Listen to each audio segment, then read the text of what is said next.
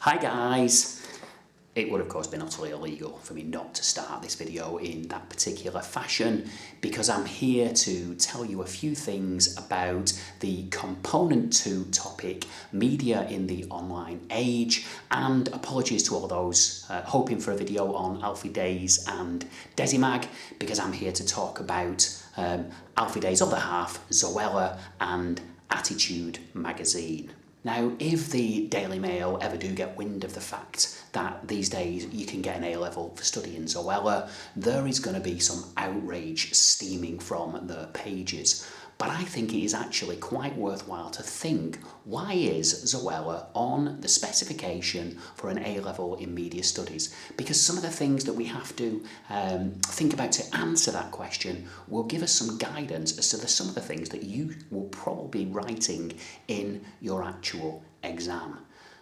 Zoella represents the arrival of a new kind of media star on a new media platform. And it's a platform that has hugely reconfigured the relationship between media audiences and media producers. And so while on the surface it's easy to mock someone who appears to do little else but empty Primark carrier bags for a living, actually, what Zoella represents is something really interesting in the development of media. The basics: born 1990, the year I started university. My God, how old am I? Born 1990, Zoella uploaded her first vlog to YouTube in 2009. And YouTube is a platform that itself was only born in 2005. Since then, she has amassed somewhere in the region of 16 million subscribers, dwarfing the piddling 27 that I currently have, which makes me think I should maybe spend a bit more time emptying Primark carrier bags on this channel, but anyway, I digress. She averages 700,000 views per video and has several million followers on each of these social media channels. Digital convergence alert. So what kind of thing might you be expected to write about on this exam? This being component 3, all the strands of the theoretical framework are in play.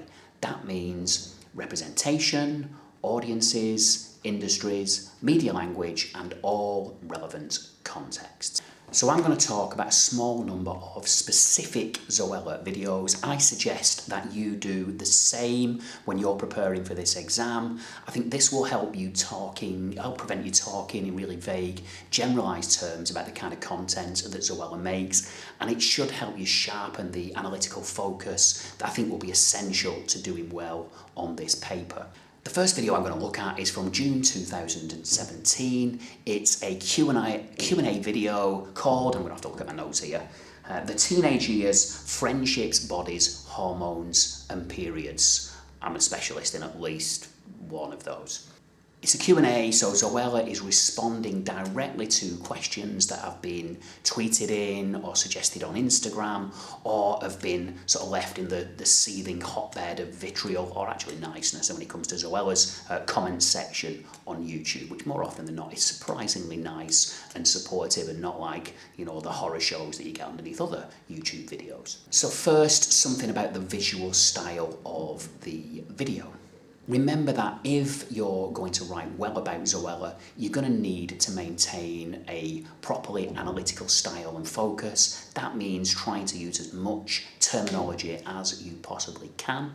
And that means talking about the visual and technical codes that are pivotal to the construction of Zoella. So the setting is an upstairs room in her Brighton home. Zoella here is inviting us into an intimate space that establishes the sense of immediacy and the rapport and relationship that is so integral to YouTube stardom. It's crucial that this is not a studio, but her home. Authenticity is something else that is utterly essential to the construction of the YouTube persona. The video employs all the stylistic tropes that we've come to expect from YouTube. talking direct to camera, that nicely confessional tone, again, crucial to establishing that sense of intimacy between audience and celebrity. The numerous jump cuts, as if the mistakes are left in. It leaves it feeling a little bit sloppy, a little bit amateur, a little bit, homemade, because it is real, or of course it is a construction of the real. And this sense of authenticity, of course, this reality, it builds a sense of trust. And once Zoella has that trust, she can, of course, then exploit that to market to us in any way she chooses, selling us her novels, her perfumes, her makeup range, her cake recipes, her calendar, her signature vape line, everything, you name it, stick the Zoella name on it and we're all gonna lap it up. The visual codes, furry lights, floral cushions, help build this self-consciously cute and girly aesthetic that is a big part of Zoella's personal brand. And we could start to establish links here with the Judith Butler's notion of gender performativity, with the rituals and repetitions that are all part of the construction of femininity within the media. What she says in this video is also really, really interesting. At the very beginning, she describes herself as a sweaty mess. She talks about how she sat with her legs open, which is, she says, not a good look.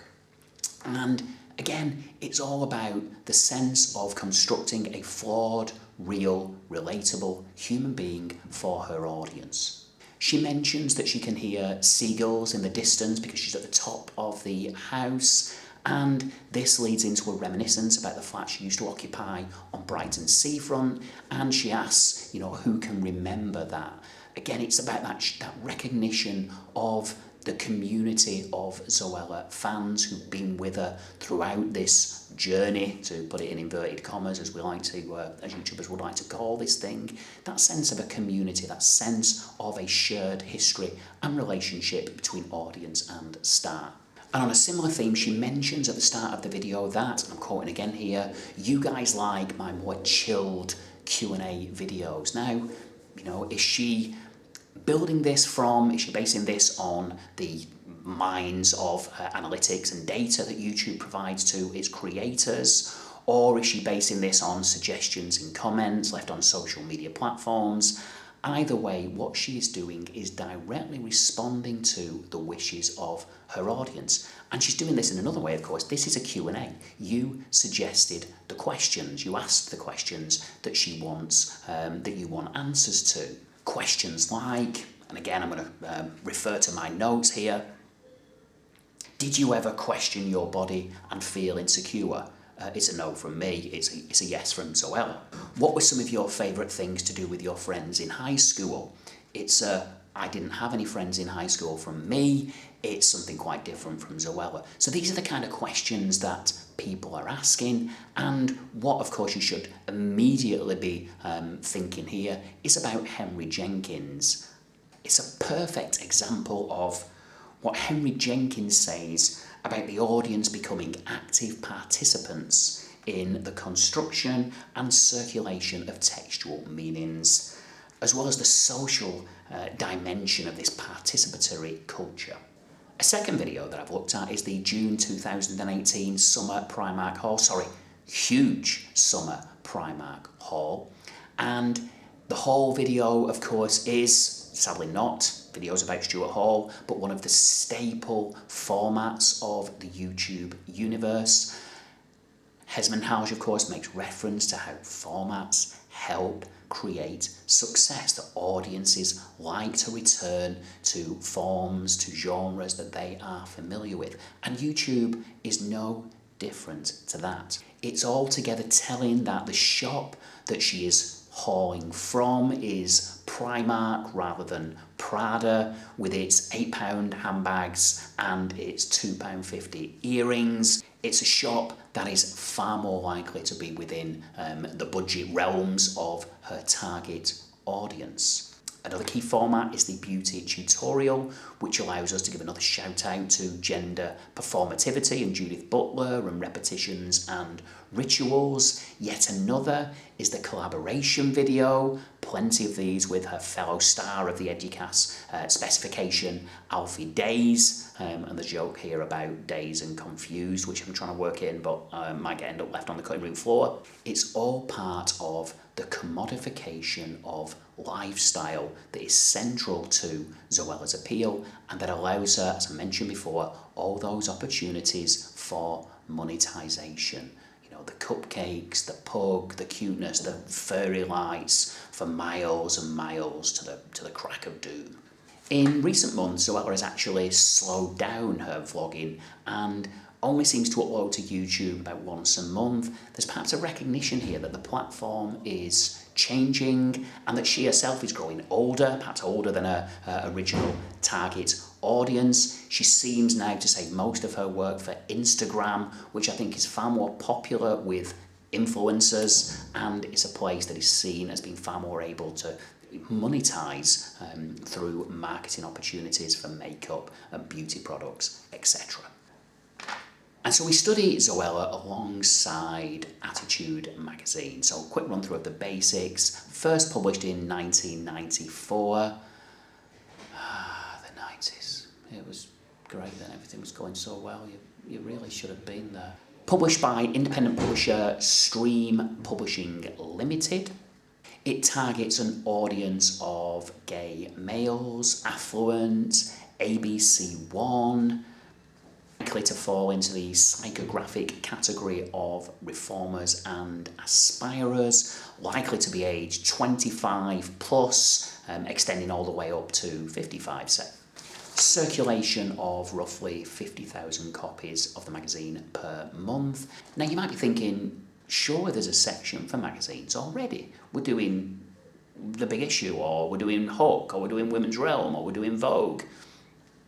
That is true. You are still, do not adjust your set, doing media in the online age. Attitude, the magazine, is part of an extended brand, and it's the cog around which a full range of social media platforms and a website revolve. And when you actually visit the website for Attitude, you will see that actually much of the content is simply teasing and trailing for the physical product, for the magazine. You get a certain amount of standalone, exclusive web content, but for the most part, it is pushing you towards purchasing the magazine. You visit Twitter, you visit Instagram, the social media channels, and you see exactly the same pattern, that what you're mostly getting are teasers and trails for the physical magazine. Now, what this tells us is something very interesting about the publishing industry. Come the internet boom, the digital revolution, and everybody assumed that magazines would die and would become a thing of the past, completely replaced by possibly iPad versions of those magazines, or simply replaced by the website version. Problem with this, of course, is that if you chose to give all your content away for free, nobody bought your magazine, and advertising didn't fill the void that was left by a lack of sales. It's exactly the same syndrome and problem that has been faced by the newspaper industry, of course.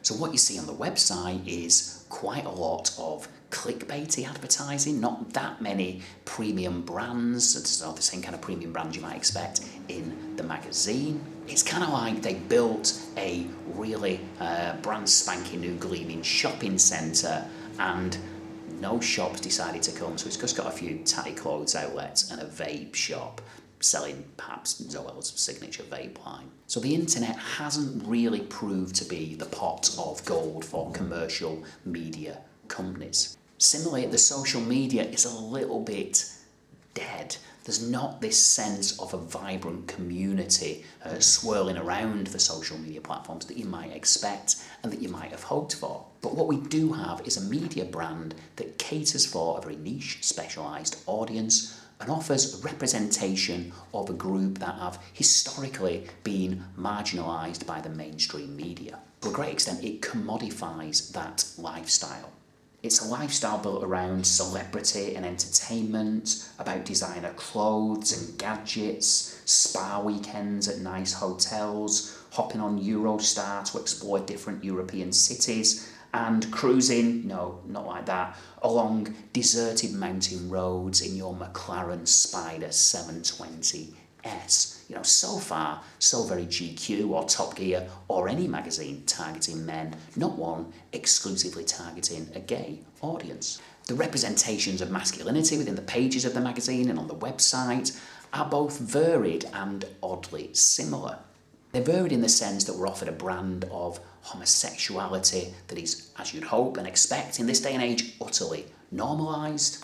But at the same time, it's built around a physical look that is incredibly homogenous. Many of the men are young, white, shirtless, showing off rippling torsos and bulges here, there and everywhere else. In other words, these men are as objectified as any of the women that you might expect to have traditionally seen in a women's magazine or in women in a men's magazine aimed at heterosexual men. So thank heavens for 86-year-old Hugh bearing all at his grand old age and offering us a little bit of variety and diversity so we can shout out David Gauntlet. I think what's really important with these two publications is you think about what they offer their audience, how their content is created to appeal to the two target audiences, how it constructs and commodifies a lifestyle for those target audiences, and what uses and gratifications it offers to those audiences. Zoella occupies that big sister role that was traditionally played by teen magazines, the Jackies and the Just 17s of years gone by. You'll need to think about the representations that they construct, the way in which they either challenge or reinforce gender stereotypes, and you'll need to think about what they reveal about the changing nature of media industries and the digital media landscape. The rise of the YouTube star signals a shift away from the traditional gatekeepers who would have decided who can become a media celebrity. Now it is newly democratised. The audience can become stars, and people, relatable figures with all their flaws on show like Zoella, offer the audience the belief that if they turn the camera on and talk for a bit, they can become a superstar too. They can get their own publishing deal. Are you listening, publishers? I'd really like a publishing deal. Like, really seriously, don't really like a publishing deal. But so hope that has been of some benefit to you as you prepare for component 2 of the exam. I'll see you soon.